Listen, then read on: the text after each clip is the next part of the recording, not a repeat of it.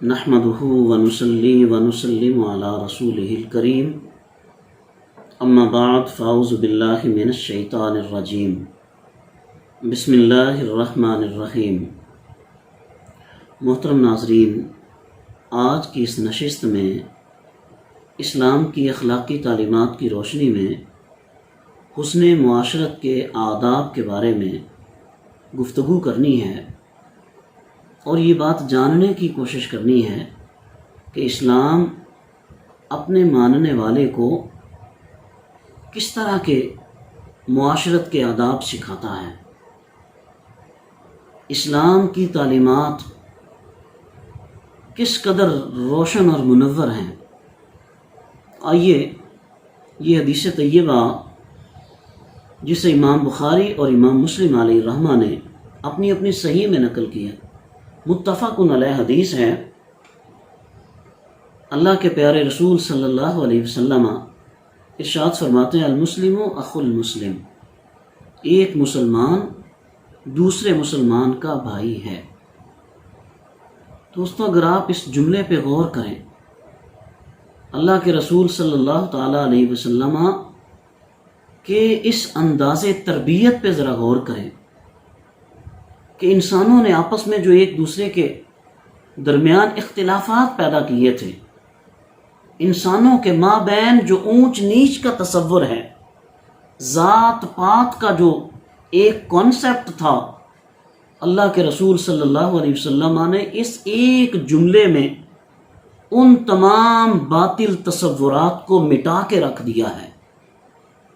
کہیں کوئی ذات برادری کا فرق تھا، کہیں رنگ و نسل کا فرق تھا، کہیں معاشرے میں اعلیٰ اور ادنا کا فرق تھا، کہیں عرب اور عجم کی تفریق تھی۔ المسلم اخو المسلم، مشرق اور مغرب میں بسنے والے مسلمان جب وہ دائرہ اسلام میں داخل ہوتے ہیں تو وہ دونوں مسلمان بھائی ہیں۔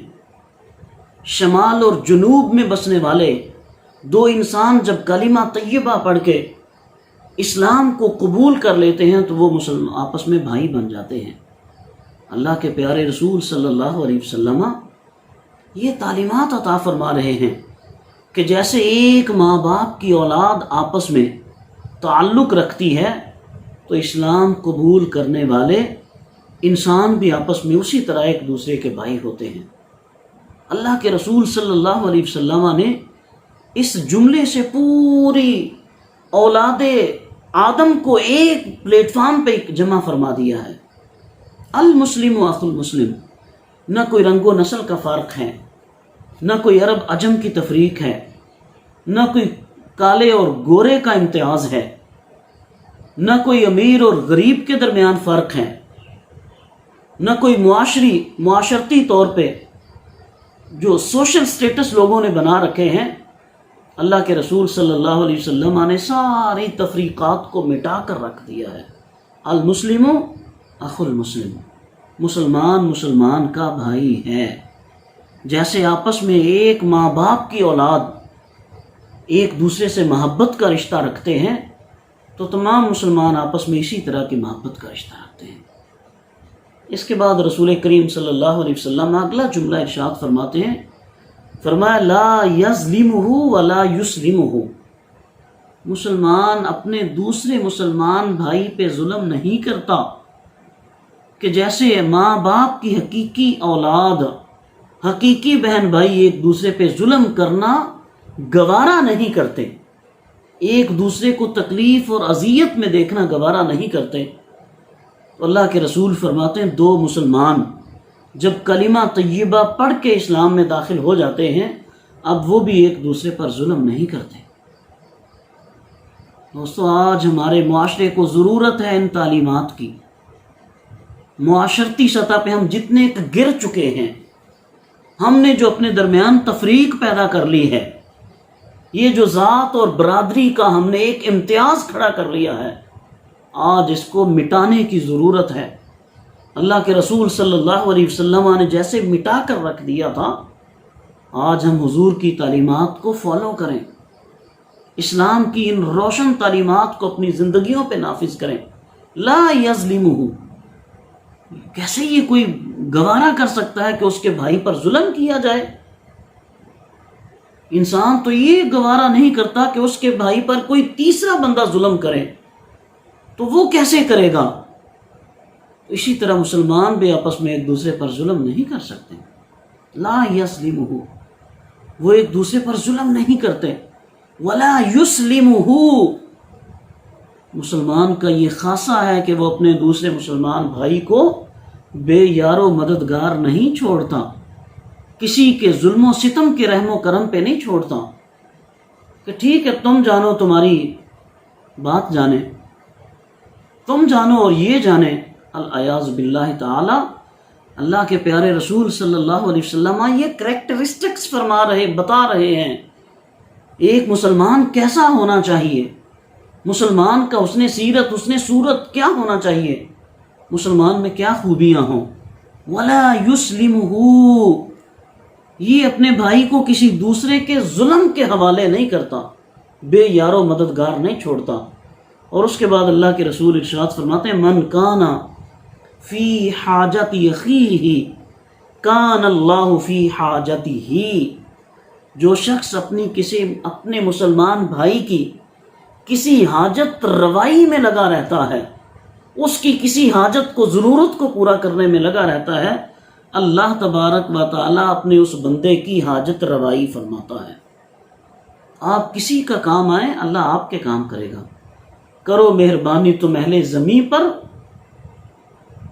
کرو مہربانی تم اہل زمین پر، خدا مہربان ہوگا عرش بری پر. تم کسی کی حاجت تو پوری کر کے دیکھو، اللہ اپنی جناب سے تمہاری ساری حاجتیں پوری فرما دے گا. تم کسی کے کام تو آ کے دیکھو، تمہارے کام خود بخود سیدھے ہوتے چلے جائیں گے. یہ بزرگان دین کی تعلیمات اسی حدیث طیبہ سے ماخوذ ہیں.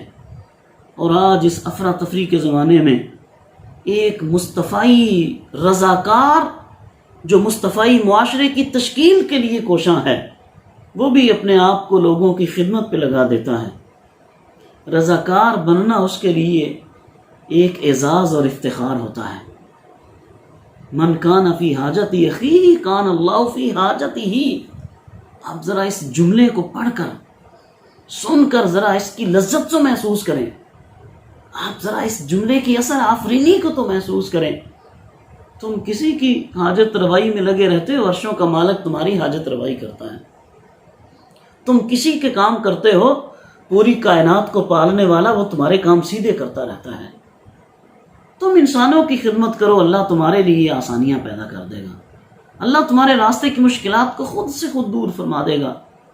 تمہارا راستہ خود سیدھا ہوتا چلا جائے گا، کامیابیاں تمہارے قدم چومیں گی.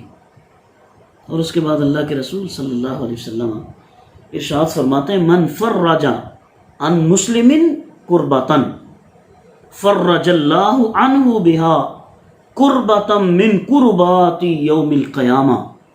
جو بندہ اس دنیا میں اپنے مسلمان بھائی کی کسی تکلیف کو دور کرتا ہے، اللہ تبارک و تعالیٰ اس کی قیامت کی تکلیفات میں سے کوئی تکلیف دور کر دیتا ہے. دوستو، قیامت کے دن جب کوئی کسی کے کام نہیں آنے والا، کوئی کسی کی مدد اور نصرت نہیں کرنے والا اللہ کے اذن کے بغیر، اس دن انسان کو ایک ایک نیکی کی ضرورت ہوگی. مشکلات 50,000 سال کا دن ہوگا. اللہ کے رسول صلی اللہ علیہ وسلم گارنٹی عطا فرماتے ہیں، آپ اپنے کسی مسلمان بھائی کی مشکل کو دور کریں، اللہ آپ کی مشکلات کو دور کر دے گا. آج آپ کسی کے کام آئیں، قیامت کے دن آپ کو کسی پریشانی کا سامنا نہیں کرنا پڑے گا. یہ تہیہ کریں کہ آپ نے ہر روز کسی نہ کسی کو مشکل سے نکالنا ہے.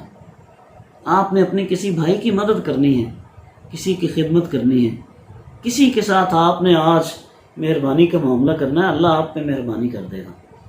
اور اس کے بعد اللہ کے رسول صلی اللہ علیہ وسلم ارشاد فرماتے ہیں من سطر مسلمن سطرہ اللہ یوم القیامہ. جو بندہ کسی مسلمان کے عیب کو دیکھ کر پردہ ڈالتا ہے، پردہ پوشی کرتا ہے، اللہ تبارک و تعالیٰ قیامت کے دن اس کی پردہ پوشی فرمائے گا. جس دن سب لوگ ایکسپوز ہو جائیں گے، لوگوں کے سامنے آ جائیں گے. یومئذ تحدث اخبارها بأن ربك اوحى لها.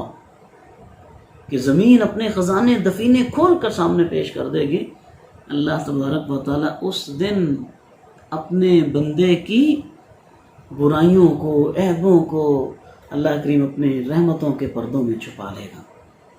تو دوستو، یہ حدیث طیبہ آج کے ہمارے معاشرے کی ضرورت ہے۔ ہمیں سب سے زیادہ اس حدیث پاک کی ضرورت ہے۔ ہم اپنے آپ کو اس حدیث طیبہ کی تعلیمات کے ساتھ متمسک کر لیں، کسی کے کام آئیں، کسی کی خدمت کریں، کسی کی مشکلات دور کریں، اور اگر کسی کی کمزوری آپ کے پاس آ جائے اسے سر بازار رسوا نہ کیا کریں، پردہ پوشی کریں۔ اللہ قیامت کے دن آپ کی پردہ پوشی فرمائے گا۔ دوستو، دعا ہے اللہ رب العزت ہم سب کو عمل کی توفیق عطا فرمائے، اور حضور نبی کریم صلی اللہ علیہ وسلم کی ان مبارک تعلیمات کے مطابق اپنے معاشرے کو ڈھالنے کی توفیق عطا فرمائے۔ آمین ثم آمین۔